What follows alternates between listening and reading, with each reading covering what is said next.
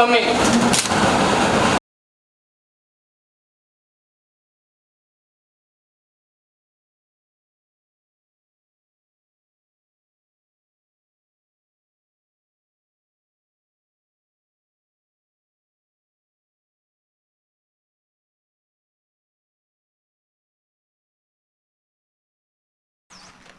New members to take the oath or affirmation. Secretary General, please.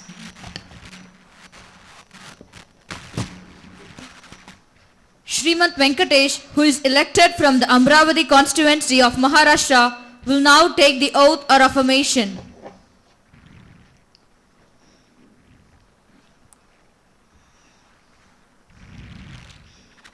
Sir, do you want to take oath or affirmation?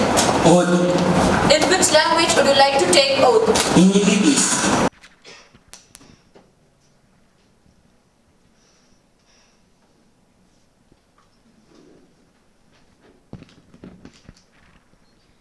मैं वेंकटेश अलगप्पन जो तरुण सभा का सदस्य निर्वाचित हुआ हूँ, ईश्वर की शपथ लेता हूँ कि मैं विधि द्वारा स्थापित भारत के संविधान के प्रति सच्ची श्रद्धा और निष्ठा रखूँगा।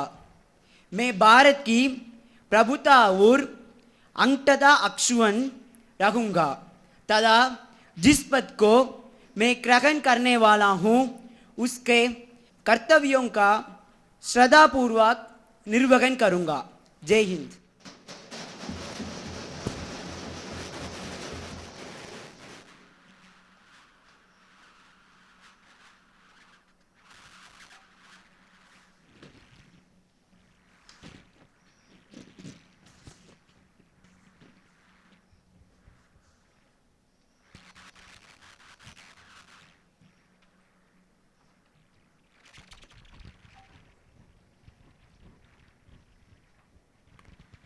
Srimati, who is elected from the North Madras constituency of Tamilnadu, will now take the oath or affirmation.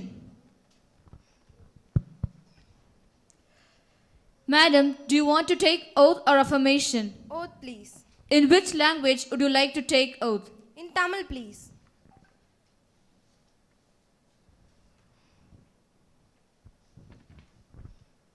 மக்களவையின் உறுப்பினராக தேர்ந்தெடுக்கப்பெற்ற சுகன்யா என்னும் நான் சட்டபூர்வமாக நிறுவப்பட்டுள்ள இந்திய அரசமைப்பின் உண்மையான நம்பிக்கையும் பற்றுதலையும் கொண்டிருப்பேன் என்றும் இந்திய நாட்டின் இறையாண்மையையும் ஒருமைப்பாட்டையும் நிலைநாட்டுவேன் என்றும் நான் மேற்கொள்ள இருக்கும் கடமையை நேர்மையுடன் நிறைவேற்றுவேன் என்றும் உளமாற உறுதியேற்கிறேன். வாழ்க Tamil!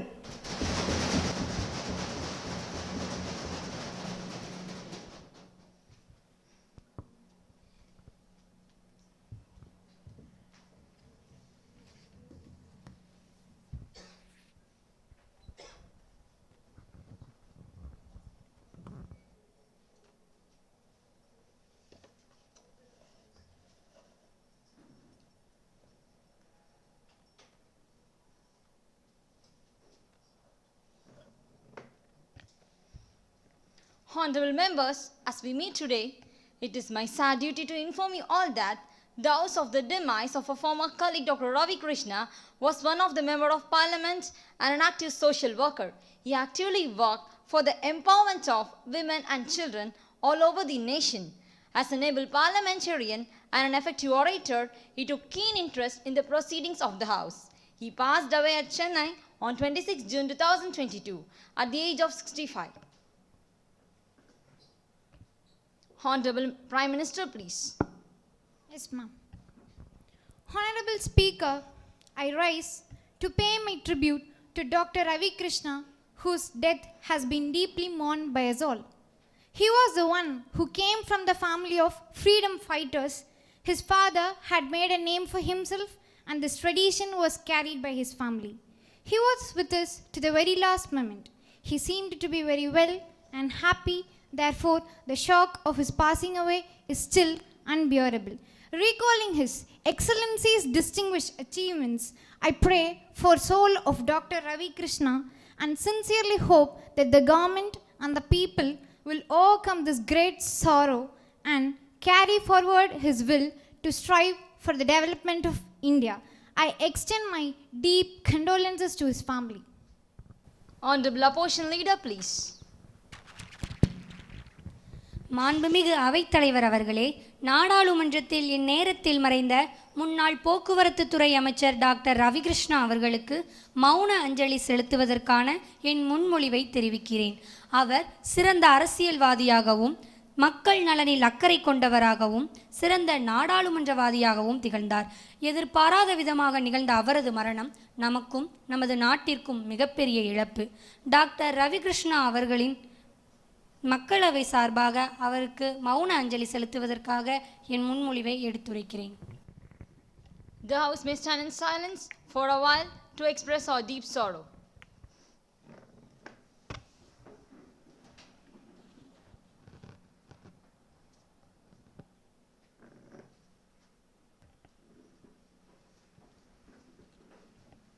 Secretary General may convey the message of condolence to the bereaved family.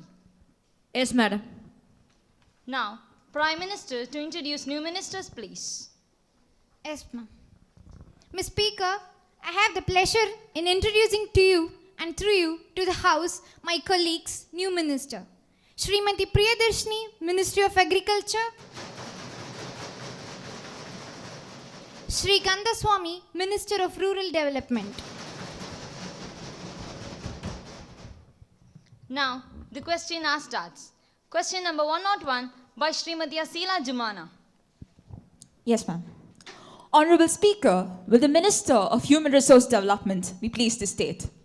In India, a significant proportion of women have no access to basic sanitary products. In fact, among young women aged 15 to 24 years, 62% of them use cloth. In a few states like Bihar, Chhattisgarh, and Uttar Pradesh, approximately 81% of them still use cloth.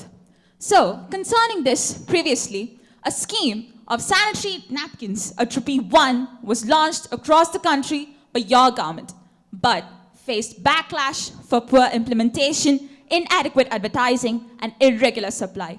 So, what does your government plan to do for the efficient distribution of sanitary napkins, at the same time ensuring sustainability as well as the safe and eco-friendly disposal of the napkins? Honorable Human Resource Development Minister, please. Yes, ma'am. Honorable Speaker, with regard to the previously introduced scheme, the government will be taking necessary measures for the distribution and sale of sanitary napkins. The government will propose a mandatory law that all schools and colleges will be having incinerators and sanitary pads and also other various places where women reside.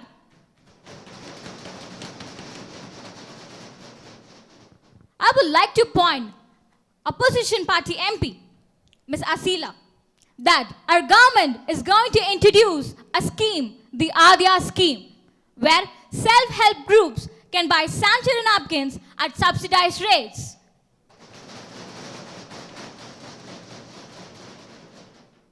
Self-help groups can sell the napkins at subsidized rates only through the direct payments through a wallet integrated app, and the women will have been issued the Aadhaar card by the government will be having the napkin at subsidized rates. This process will ensure a wider distribution of sanitary napkins all over the rural pockets of the country.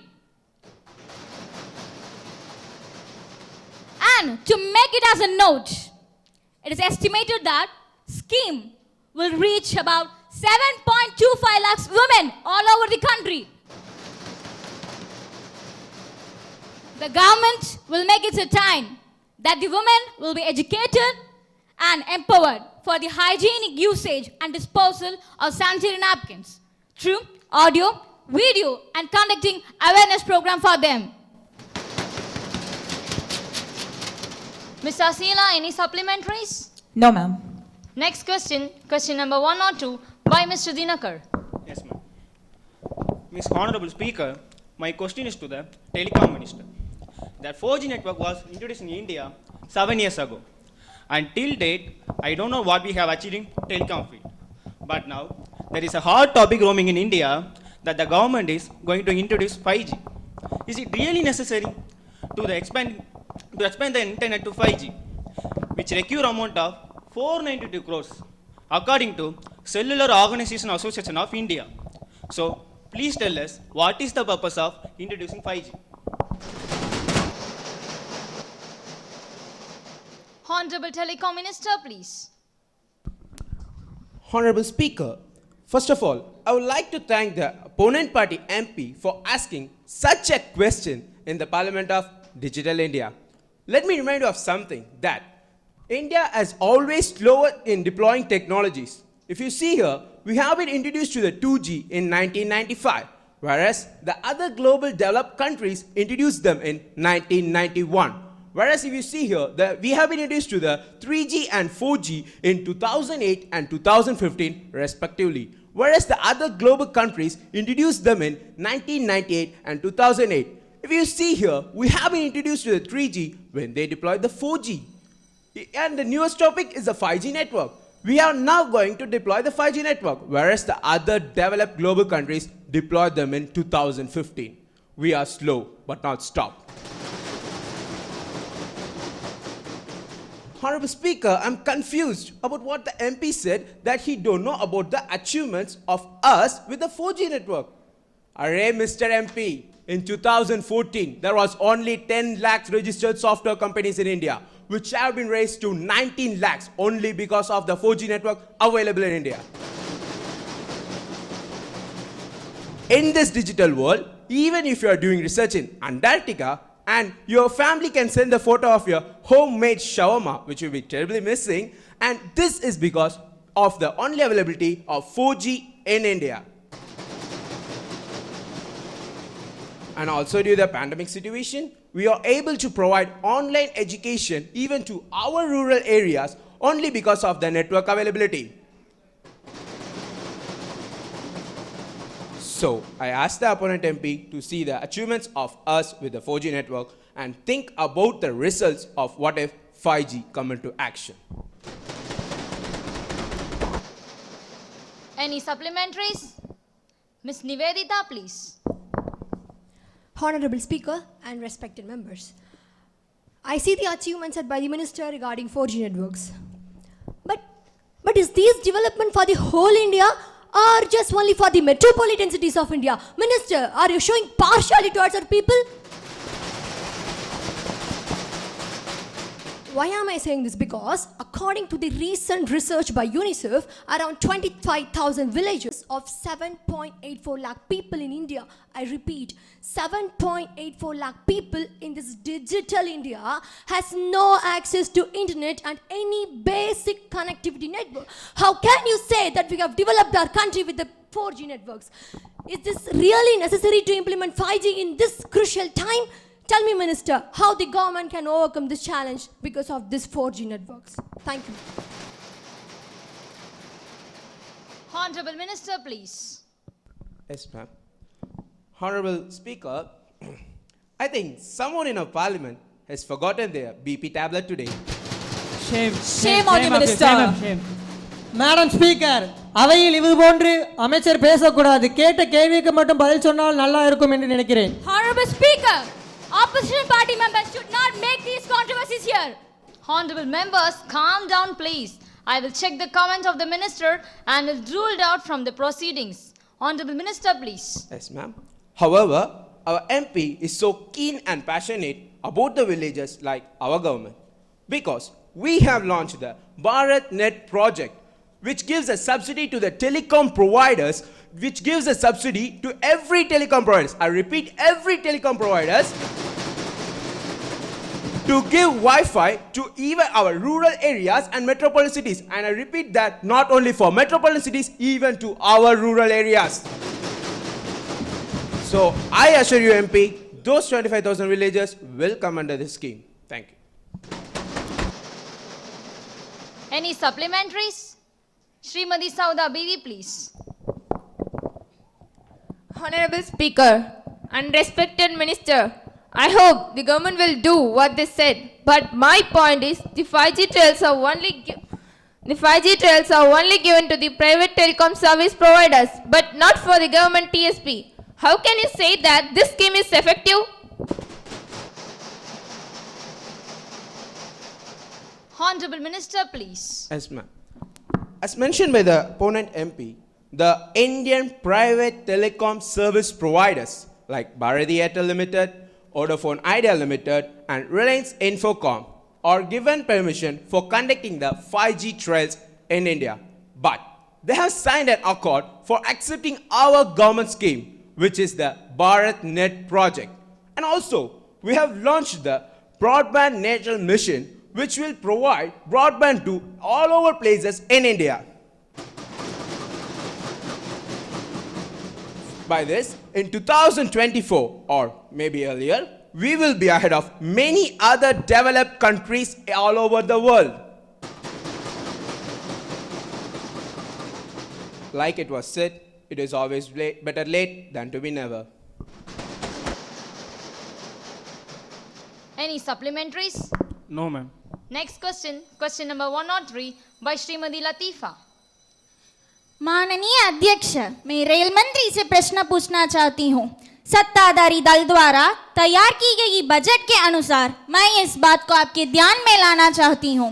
सरकार ने railway के लिए 1,40,000 करोड़ रुपए आवंटित किए हैं, जो पिछले वर्ष की तुलना में काफी अधिक है। फिर भी क्यों अपने यात्री टिकट के दाम बढ़ाए? Honorable Railway Minister, please. Yes, ma'am. Honorable Speaker and respected members, first of all, I would like to mention the critical positions that we are facing now after this pandemic. We inherited a huge number of problems in railway sector. For fixing each problems, we have to stop the train, delay train, and we do all of these works, the expansion, the repairs, the electrification. We have increased the investment on the capital investment side, capex cycle, almost 2.5 times. In this present year, we have rupees 1.5 lakh crore plan investment, and the dedicated freight corridor, for which barely 20 to 24% of the land acquisition was over in 2014, 7 years after it was conceptualized, and we have managed to take it up to 98%. Our government has given all the contracts so that the work can be started, and I'm happy to announce that the first leg will be operational by the end of this year. Now we are moving the needle on essential projects, both from safety and maintenance, and from expansion and growth side. Our focus is going to be more on efficient utilization of our assets and in efficiency gains, both in procurements and in entire railway show better. We expect electrification to give us more gains, and we are looking at doubling or tripling of lines. And now we are completing the doubling of such critical lines, and hopefully in the next few months we will have the golden quadrilateral running on the lines. Any supplementaries? Next question, question number 104 by Shri Sheikh Maidin. மதிப்பிற்குரிய அவைத்தலைவர் அவர்களுக்கு வணக்கம். என்னுடைய கேள்வி சுகாதாரத்துறை அமைச்சரை, மருத்துவத்துறையில் தரமான பல மருந்துகள் கிடைத்தாலும் அதில் சில மருந்துகள் அஸ்டமைசோல், டெர்ஃபனாடைன், கேட்டிஃப்ளோஆக்சின், ரோஃபோகோசிப், பேலிட்கோசிப் போன்ற மருந்துகள் பக்க விளைவுகளை ஏற்படுத்துகின்றன. இது போன்ற மருந்துகளை நடைமுறைக்கு கொண்டு வந்ததும் நீங்கள்தான். அப்படி என்றால் இம்மருந்துகளை நடைமுறைக்கு கொண்டு வருவதற்கு முன் நீங்கள் சரியாக பரிசோதித்து பார்க்கவில்லையா? உங்கள் விருப்பத்திற்கேற்ப நடைமுறைக்கு கொண்டு வருவதும் தடை செய்வதுமாக இருக்கிறீர்களே, மக்களின் நலனை பற்றி நீங்கள் கருத்தில் கொள்ளவில்லையா? Honorable Health Minister, please. மரியாதைக்குரிய அவைத்தலைவருக்கு எனது வணக்கங்கள். மருத்துவ சந்தையில் மருந்துகளை நடைமுறைக்கு கொண்டு வருவதற்கு முன்பு அவை சரியான கடுமையான சோதனைக்கு உட்படுத்தப்படுகிறது. அம்மருந்துகளின் செயல்திறன் மற்றும் பாதுகாப்பை உறுதி செய்யும் வகையில் அவை முதலில் விலங்குகளிடமும் பின்னர் மனிதர்களிடமும் சோதனைக்கு உள்ளாக்கப்படுகிறது. இது போன்ற பல முன்னெச்சரிக்கை நடவடிக்கைகள் நம் நாட்டில் இருந்த போதிலும் சில நேரங்களில் அம்மருந்துகள் மக்கள் உபயோகிக்கும் போது மட்டுமே வெளிக்கொண்டு வருகிறது. இது போன்ற பாதகமான விளைவுகள் கடுமையாக இருந்தாலோ அல்லது அம்மருந்துகளை எடுத்துக்கொள்வதால் ஏற்படும் தீங்குகள் நன்மைகளை விட அதிகமாக இருந்தாலோ அம்மருந்தை அந்நாடு தடை செய்யலாம். அல்லது அம்மருந்து நிறுவனமே தானாக முன் வந்து அம்மருந்துகளை திரும்ப எடுத்துக்கொள்ளலாம். சில மருந்துகளை குறிப்பிட்ட மருந்துகளுடன் சேர்த்து மக்கள் எடுத்துக்கொள்ளும் போது அவை பக்க விளைவுகளை தருகின்றன. உதாரணமாக ஆன்டி அலர்ஜிக் ட்ரக் எனப்படும் அட்ரோமிசோல், டெர்ஃபனாண்டின் போன்ற மருந்துகள் ஒவ்வாமையை தடுக்கவும் சிகிச்சை அளிக்கவும் பயன்படுத்தப்படுகின்றது. இது போன்ற மருந்துகளை எத்ரோமிசின் என்னும் மருந்துடன் சேர்த்து மக்கள் எடுத்துக்கொள்ளும் போது அவை மக்களுக்கு சுவாசம் மற்றும் இதய துடிப்பு கூடிய நோய்களை அதிகப்படுத்துவதாக தெரிய வந்தது. இது போன்ற பாதகமான விளைவுகளை இம்மருந்துகள் ஏற்படுத்துவதால் எங்களது அரசாங்கம் இம்மருந்துகளை தடை செய்துள்ளோம். அதுபோன்று எதிர்த்தரப்பினர் எங்களை பார்த்து கூறியது என்னவென்றால், நாங்கள் எங்களது விருப்பத்திற்கேற்ப மருந்துகளை நடைமுறைக்கு கொண்டு வருவதும் தடை செய்வதுமாக இருக்கிறோமாம். அதற்கு நான் பதிலளிக்க கடமைப்பட்டிருக்கிறேன். எந்த ஒரு அரசாங்கமும் ஒரு பொருளையோ ஒரு சட்டத்தையோ ஒரு மருந்துகளையோ நடைமுறைக்கு கொண்டு வருவதற்கு முன் கடுமையான சோதனைக்கு உட்படுத்த வேண்டும். அதை அவர்களது விருப்பத்திற்கேற்ப எந்த ஒரு காரணமும் இல்லாமல் நடைமுறைக்கு கொண்டு வருவதும் தடை செய்வதும் என்பது சாத்தியமற்ற ஒன்றாகும். இது போன்ற சாதாரண விஷயங்களை கூட தெரிந்து வைத்திருக்காத எதிர்த்தரப்பினரின் இந்நிலை என்னை மிகவும் வேதனைக்கு உள்ளாக்கிறது.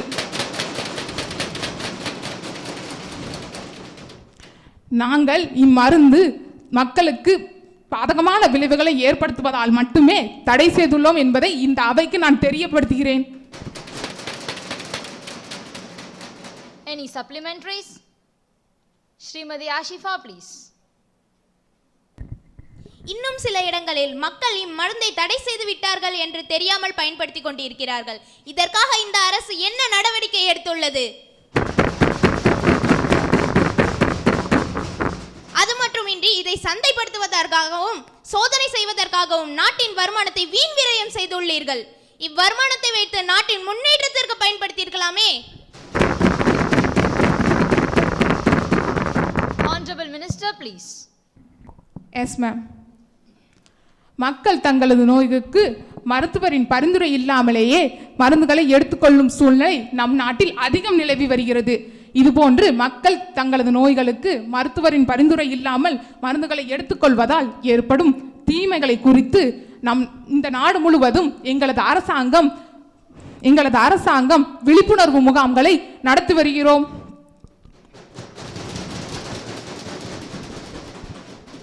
எதிர்க்கட்சியினர் எங்களை பார்த்து கேட்ட கேள்வி இன்னொன்று, நாங்கள் பணத்தை வீண் விரயம் செய்கிறோம் என்பது.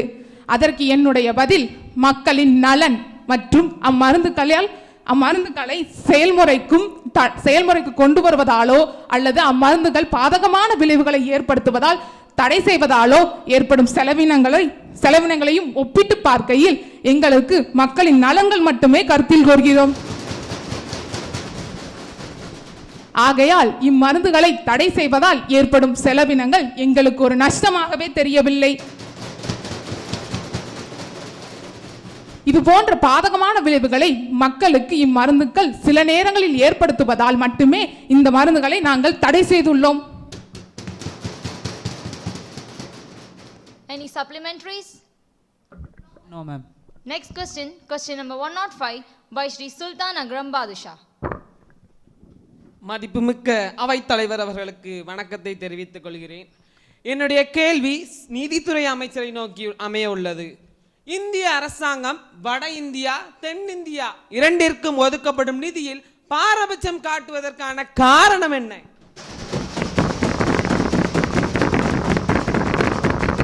Honorable Finance Minister, please. Yes, ma'am. மதிப்புக்குரிய அவைத்தலைவர் அவர்களுக்கு எனது வணக்கம். எதிர்க்கட்சியினர் என்னிடம் கேட்ட வினாவிற்கு பதில், எங்களுடைய அரசாங்கம் என்றைக்குமே ஒரு பாரபட்சமான நிதியை ஒதுக்கியதில்லை என்பதை நான் சொல்கிறேன். எங்கள் அரசு அந்தந்த மாநிலங்களுக்கு தேவையான நிதியை மட்டும் ஒதுக்கி உள்ளதை இந்த அவையின் மூலம் தெரிவித்துக் கொள்கிறேன். supplementaries? You may proceed. இந்திய அரசாங்கம் 1532 கோடி வட இந்தியாவுக்கும் 564 கோடி தென்னிந்தியாவிற்கும் மேம்பாட்டு நிதி ஒதுக்கியுள்ளது. இப்படி ஒரு பாசாங்கு மிக்க நிதி ஒதுக்கியதின் நோக்கம் என்ன? இதுதான் நிதியமைச்சர் தென்னிந்தியாவுக்கு அளிக்கும் நீதியா? Honorable Minister, please. Yes, ma'am. இந்த வினாவின் மூலம் இந்த அவைக்கு நான் ஒரு உண்மை சொல்ல கடமைப்பட்டுள்ளேன். சில சமயங்களில் நிதி ஒதுக்குவதில் பிரச்சனைகள் இருக்கலாம். அதனை நீங்கள் பாசாங்கம் என்று கருதிவிட முடியாது. அதற்காக மத்திய அரசிடமிருந்து முழு நிதியும் பெற முடியாது. அதற்காக மத்திய அரசு பல திட்டங்களை வகுத்துள்ளது. BM கதி சக்தி தேசிய பெருந்திட்டம், ரோப்வே வளர்ச்சி திட்டம், கென்பட்டுவா திட்டங்களை மாநிலங்களின் முன்னேற்றத்திற்காக மத்திய அரசு மேற்கொண்டு வருகிறது. மத்திய அரசு வகுத்த திட்டங்களின் மூலம் நிதி பெற்று மாநிலங்களுக்கு தான் குறைவான நிதி ஒதுக்கப்பட்டிருக்கும் என்பதை இந்த அவையின் மூலம் எதிர்க்கட்சியின் உறுப்பினருக்கு தெரிவித்துக் கொள்கிறேன். Any supplementaries? No, ma'am. Next question, question number 106 by Srimati Aishwarya. அவைத்தலைவருக்கு என் வணக்கம். ஃபிலிக்ஸ் மென்பொருளை பயன்படுத்தி சில நபர்களின் தொலைபேசிகளை உளவு பார்ப்பதாக 2022 மார்ச் 23 அன்று வெளியான ஊடக செய்திகள் அதிர்ச்சி அளிக்கின்றன. இதை குறித்து இவ்வவைக்கு விளக்கம் அளிக்குமாறு கேட்டுக்கொள்கிறேன். Honorable IT Minister, please. Yes ma'am. மதிப்பிற்குரிய அவைத்தலைவர் அவர்களே, இந்த சபைக்கு நான் தெரிவிப்பது என்னவென்றால், ஃபிலிக்ஸ் மென்பொருளை பயன்படுத்தி சில நபர்களின் தொலைபேசிகள் உளவு பார்க்கப்படுவதாக வெளியான செய்திகள் குறித்து நான் விரிவாகவே விளக்கம் அளிக்க விரும்புகிறேன். கூட்டமைப்பு ஒன்றிற்கு 70,000 தொலைபேசி எண்களுடன் கூடிய தரவு தளத்துக்கான அணுகல் கிடைத்திருப்பதே இச்செய்திக்கான அடிப்படை. இந்த தொலைபேசி எண்களுடன் தொடர்புடைய நபர்கள் உளவு பார்க்கப்படுகிறார்கள் என்பதே குற்றச்சாட்டு.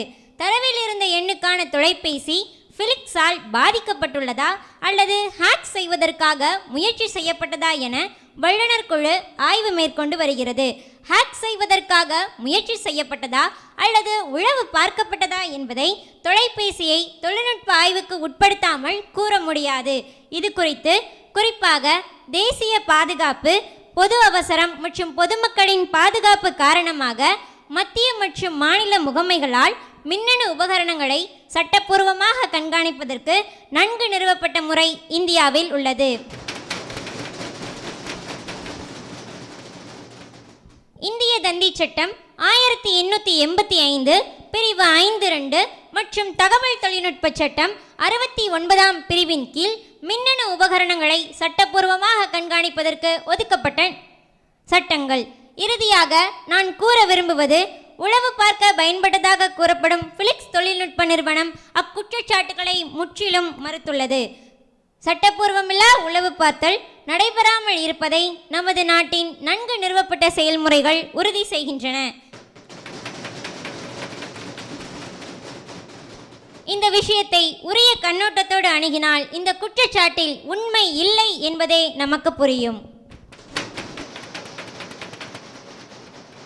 Any supplementaries? No, ma'am. Next question, question number 107 by Shri Shivaganeshan. மாண்புமிகு அவைத் தலைவர் அவர்களுக்கு எனது வணக்கங்கள்.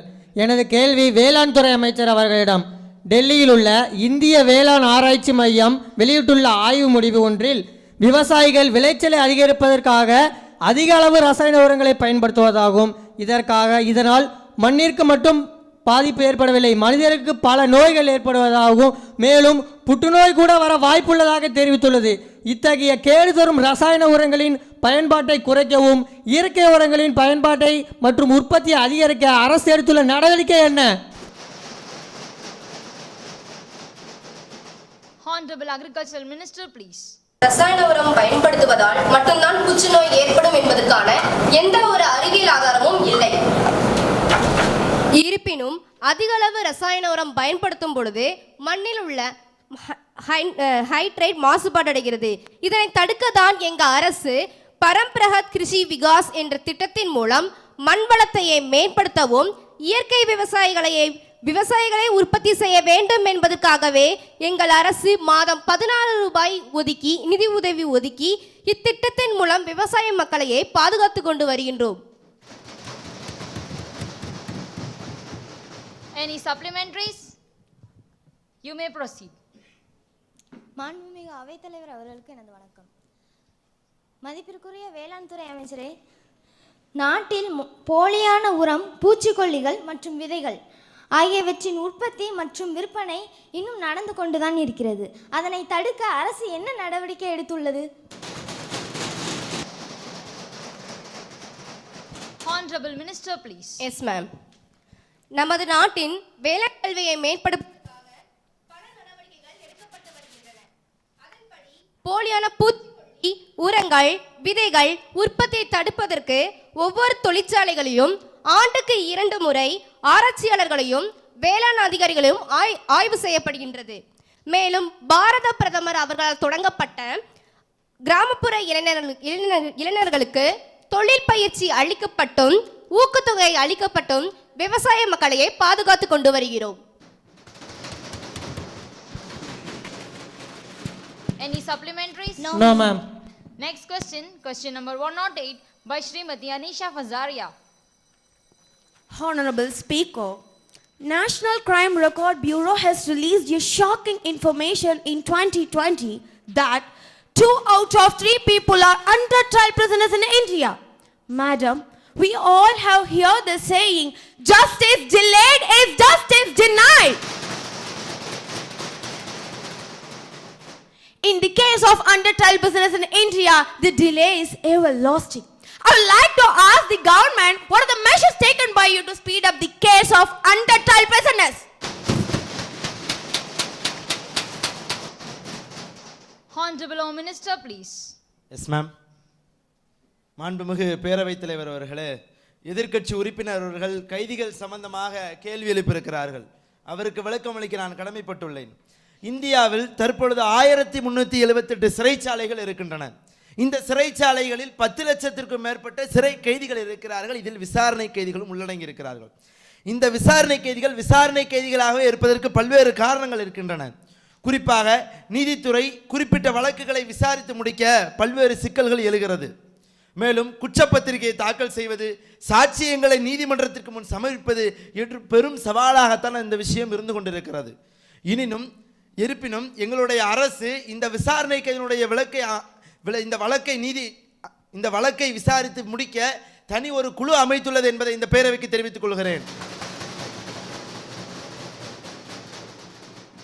எனினும் விசாரணை கைதிகளுடைய வழக்கை விரைந்து முடிக்க வழக்கறிஞரும் முன்னாள் நீதிபதியுமான பிரசாந்த் தலைமையில் ஒரு குழுவை அமைத்து அதனுடைய விசாரணை முடிப்பதற்காகவும் ஆலோசனை பற்றி எங்களுக்கு அறிக்கை சமர்ப்பிப்பதற்காகவும் தனியாக ஒரு குழு அமைத்து எங்களுடைய அரசு இதற்கு செயல்பட்டு தான் கொண்டிருக்கிறது என்பதை பேரவைத் தலைவர் வாயிலாக எதிர்க்கட்சி உறுப்பினருக்கு தெரிவித்துக் கொள்கிறேன். Any supplementaries? No, madam. Next question, question number 109 by Srimati Anushya. Yes, ma'am.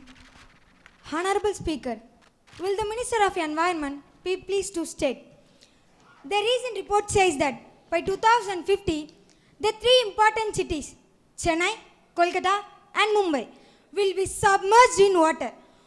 What's the role of the Environment Protection Acts to prevent the situation to happen in the near future? Honorable Minister of Environment, please. Yes, ma'am. As we all know, already we have taken steps to curb or stop the emission of greenhouse gases like carbon dioxide and methane. Not only that, within the next 5 years, the petrol and the diesel cars will be banned from plying in all the metropolitan cities, and private sectors will be motivated to produce more electric cars.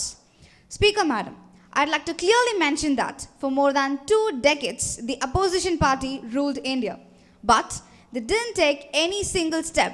I repeat, they didn't take any single step to conserve our environment. But we assure you that within the next span of 10 years, tremendously, we will execute these measures. And also, I'd like to mention that it is a holistic approach.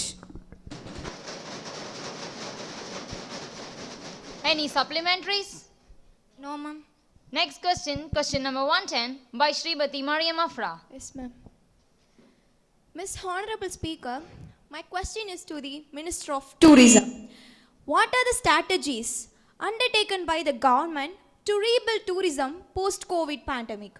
What has the government planned to revitalize the tourism industry? Honorable Tourism Minister, please. Speaker, tourism industries have been hard hit by the COVID-19 crisis. There is a steep decline in international business and even tourism. In India, medical and domestic tourism is steadily increasing due to various reasons. The government and the Ministry of Tourism have taken necessary steps to bring back international tourists by following a few strategies. Number 1, increasing the tourist confidence. More than 70% of the Indians are vaccinated with double doses. This will ensure the safety of the tourists.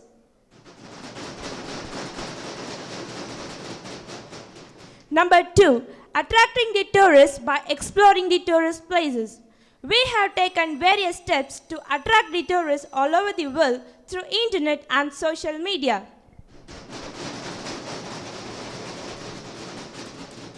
Number 3, lessening the cost of accommodation and travel.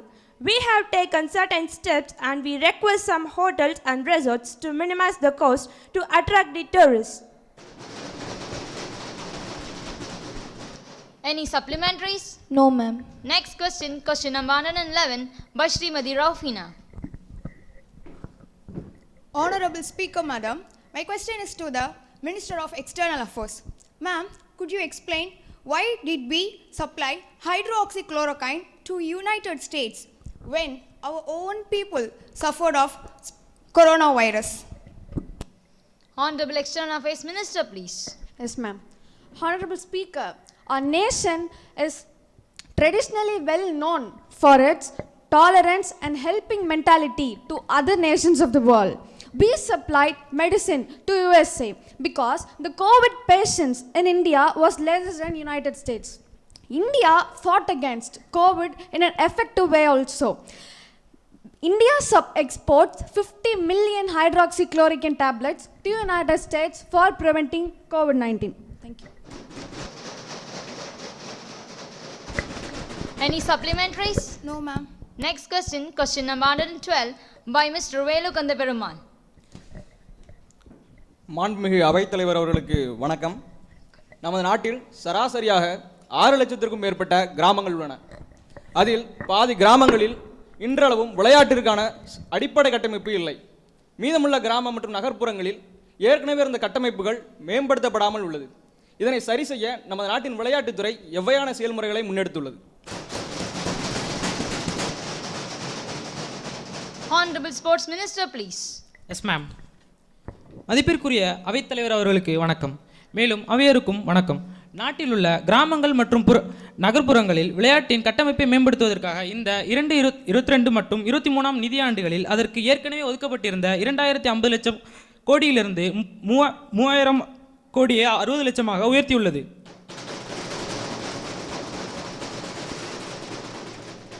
மேலும் அரசு சார்ந்த விளையாட்டு அரங்குகள் மற்றும் பயிற்சி மையங்கள் மேம்படுத்தப்பட்டுள்ளது. அது மட்டுமின்றி கிராமங்கள் தோறும் சிறிய அளவிலான மைதானங்களும் கூடிய பயிற்சி மையங்களும் மேம்படுத்தப்பட்டு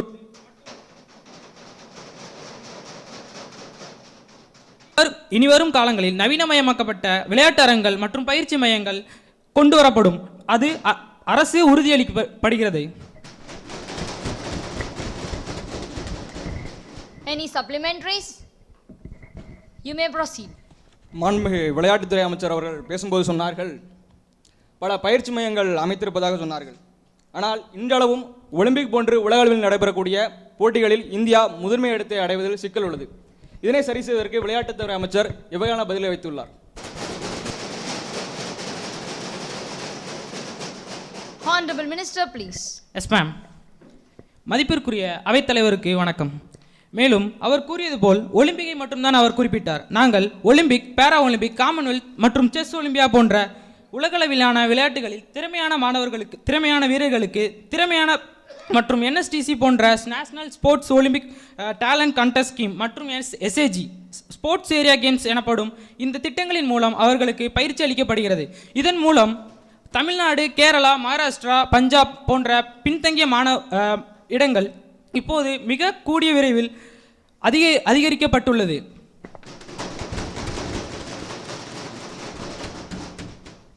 வீரர்களுக்காக ஏற்படும் செலவின பொருளாதார செலவிலை முழுசாக அரசே ஏற்கும் என அரசு உறுதியளிக்கிறது. இதன் மூலம் விரைவில் இந்தியா முதன்மை இடத்தை பெறும் என சந்தேகம் இல்லை. Any supplementaries? Next question. Now question hour is over. Ma'am, a serious breach of privilege has been committed by a senior journalist from Bihar. He has misinterpreted my words that I had spoken in the youth parliament regarding inflation in our country on 27/2/2022. I request you to allow me to raise a question on that matter now. Srimati Afroz, have you given any notice of it earlier? You may give due notice along with a copy of a newspaper cutting. You may not spring a surprise on me like this. I have already given notice of it at 10 a.m. today. It will be examined. When it comes to me, I shall consider it and let you know my decisions. Now, papers to be laid. Honorable Minister of Rural Development, please. Madam, I beg to lay on the table a copy each of the following papers, Hindi and English version. Annual report of the National Rural Infrastructure Development Agency, New Delhi, for the year 2021-22, along with audited accounts. Annual report of the National Rural Livelihoods Promotion Society, New Delhi, for the year 2021-22, along with audited accounts. Now, Secretary to report message from the upper chamber of Youth Parliament.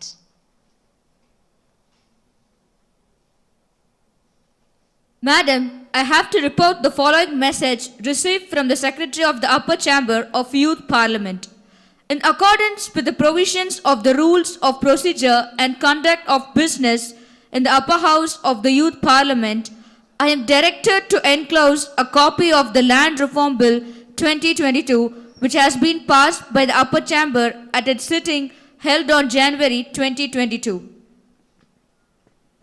Secretary to lay on the table a copy of a bill as passed by the upper chamber.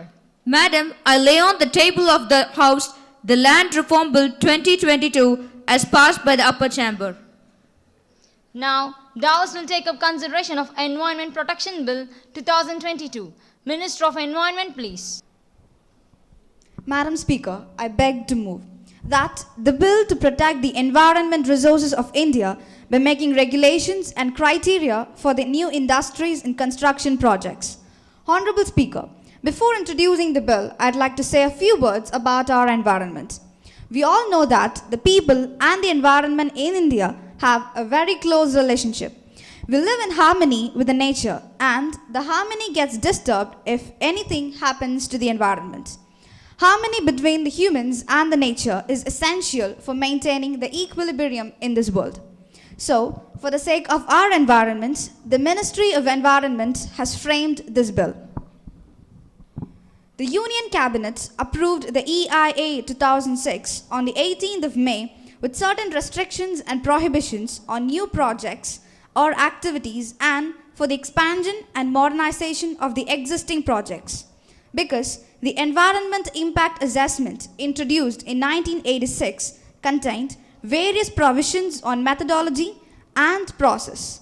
Further, the projects were classified in 2006 into two categories, Category A and B. Category A is not mandatory, whereas Category B is mandatory, where everyone should undergo screening. Projects such as mining, thermal power plants, and electroplating are mandated to get environmental clearance. In the year 2020, with the intention of replacing the existing Act of 1986 and 2006, the Ministry of Environment published a new draft. This draft has reduced the period of getting clearance from 30 days to 20 days. Small and medium cement plants can get environmental clearance. Moreover, they have to submit their annual reports, and the public may convey their opinion regarding the project at any time. Based on the above mentioned points, I'd like to introduce the amendment that is the Environment Protection Bill 2022.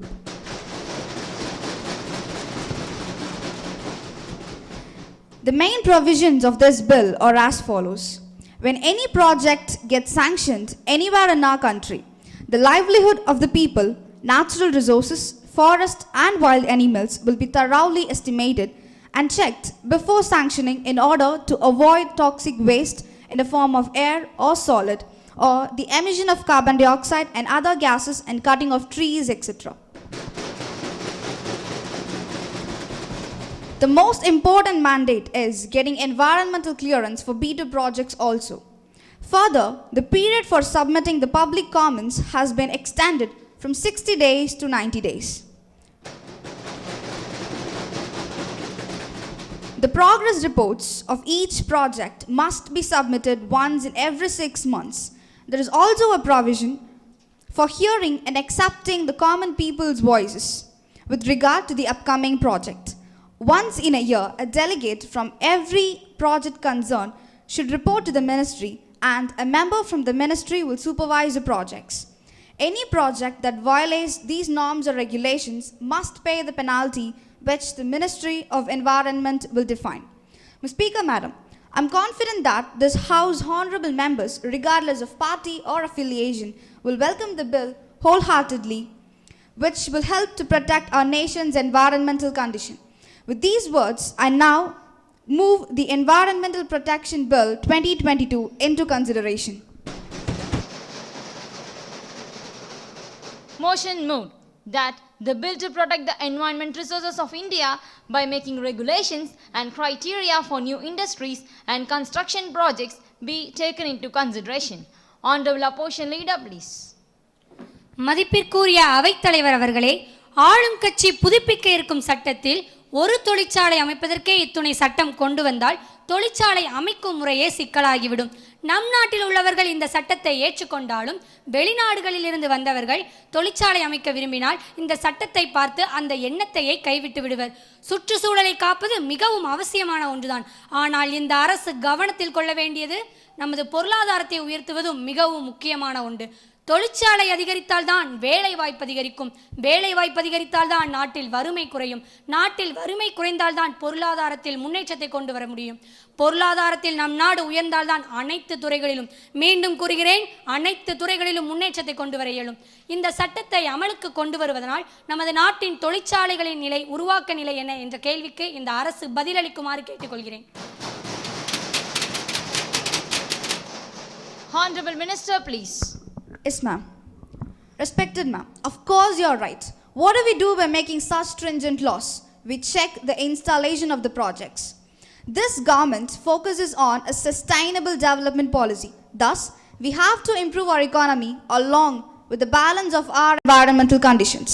Recently, many cities in India, like New Delhi and Kolkata, have been in the top ranks of the World Pollution Index. We're facing a huge threat of environmental degradation. So, this government emphasizes upon the development policy by protecting the environment. This law will not restrict any industrial project that obeys the environmental protocol. Honorable Member Shri Mutaya, please. மாண்புமிகு அவைத்தலைவர் அவர்களே, நான் இங்கு சுற்றுச்சூழல் மசோதாவை வரவேற்று பேச விரும்புகிறேன். இரண்டாம் உலகப் போருக்கு பின்னர் மானுட சமூகங்களுக்கும் எனது நன்றியையும் பாராட்டுகளையும் தெரிவித்துக் கொள்கிறேன். Honorable Member Srimati Angeline, please. Honorable Minister of Environment, as you said, the EIA 2020 was enacted in order to expand, modernize and standardization of the projects without damaging our environment. But now, the recent cases have seriously damaged our environment, our forest land, our water area and ecosystem. The negative consequences we met are the Baghjan gas leak in Assam and the Visakhapatnam gas leak.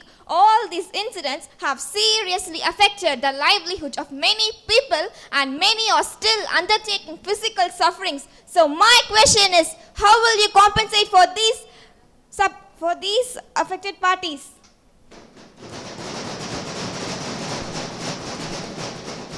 Have you formed any committee to eradicate these situations?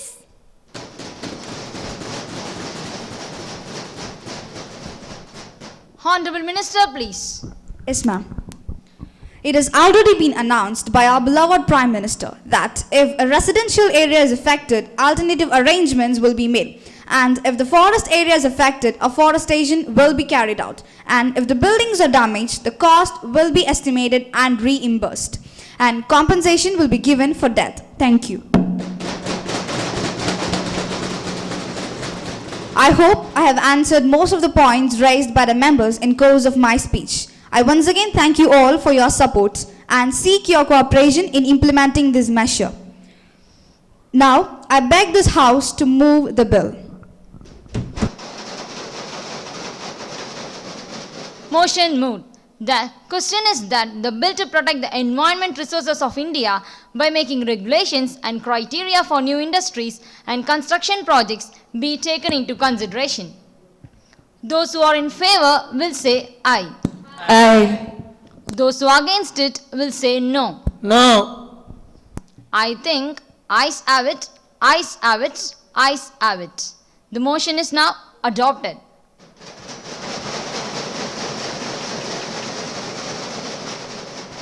Now, the House is adjourned to meet again tomorrow at 11 a.m.